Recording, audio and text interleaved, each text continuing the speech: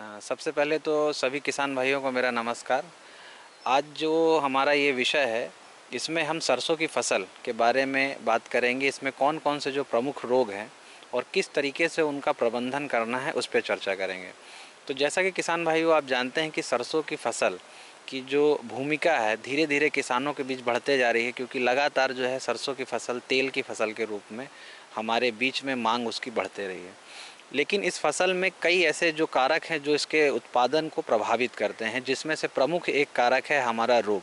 कड़ाके की सर्दी पड़ने पर सरसों समेत हरी सब्जियों की खेती में काफी नुकसान हो जाता है, जिससे किसानों की मुश्किल बढ़ती जाती है। देश के कई हिस्सों में सर्दी और ठंडी हवाओं के चलते तापमान काफी नीचे तक चला जाता है, जिसके कारण किसानों को आलू, चना, सरसों आदि फसलों के नुकसान होने के साथ ही उन पर रोग लगने का खतरा बढ़ता जा रहा है। तापमान गिरने से सरसों में तना सड़न रोग तेजी से फैल रहा है। तो यदि हम बात करें सफ़ेद रतुआ रोग की, तो किसान भाइयों ये जो रोग है इसकी शुरुआत पौधे की निचली पत्तियों के क्रम से शुरू होती है। अर्थात आपको जो लक्षण है पौधे की निचली पत्तियों में सबसे पहले देखने को मिलेंगे, और वहाँ पे ये जो लक्षण हैं आपको सफ़ेद या हल्के हल्के गोल फपोलों के रूप में दिखाई देने मिलेंगे। और धीरे धीरे ये जो फपोले हैं बढ़ जाते हैं, इनका आकार बड़ा हो जाता है, और जब आकार बड़ा हो जाता है तो पूरी पत्तियों में फैल जाते हैं। यदि हम इस रोग को पुष्पन की अवस्था में देखें, अर्थात जब फूल आने लगता है, तब ये ऊपरी का सिरा जो होता है जहाँ पर हमारा फल बनता है वो पूरा विकृत हो जाता है, जिसके कारण हमारी फलियाँ और उसमें जो है दाने बनना बंद हो जाते हैं। ये तो हमारा हुआ सफ़ेद रतुआ रोग। इसी के बाद दूसरा जो हमारा रोग है, जो प्रमुख रोग है, उसको हम पाउडरी मिल्ड्यू या मृदु अश्लीलता बोलते हैं।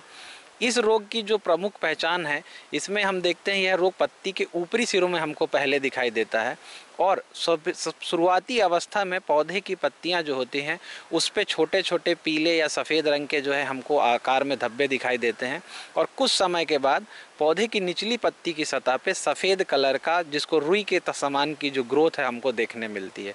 वास्तविकता में वह जो भी रोगजनक कारक है उसके जो है वो अंडे कह सकते हैं, या उसके जो है कोनिडिया हम जो वैज्ञानिक भाषा में कहते हैं वो होते हैं, जो बाद में फिर से पौधों के मध्य में जो इस बीमारी को फैलाने का कार्य करते हैं।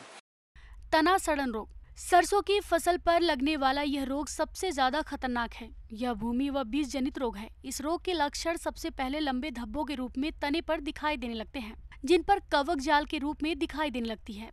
उग्र अवस्था में इसका तना फट जाता है व पौधा मुरझाकर सूख जाता है। इसके संक्रमित भाग पर काले रंग के गोल कवक के स्क्लेरोसिया दिखाई पड़ते हैं।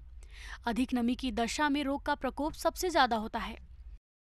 हम अगर जो चौथा जो रोगजनक कारक है या रोग जो है उसकी यदि हम बात करते हैं, तो हम देखते हैं कि एक पत्ती धब्बा रोग, किसानों को बहुत समस्या होती है कि पत्ती में जो है बहुत प्रकार के धब्बे देखने को मिलते हैं।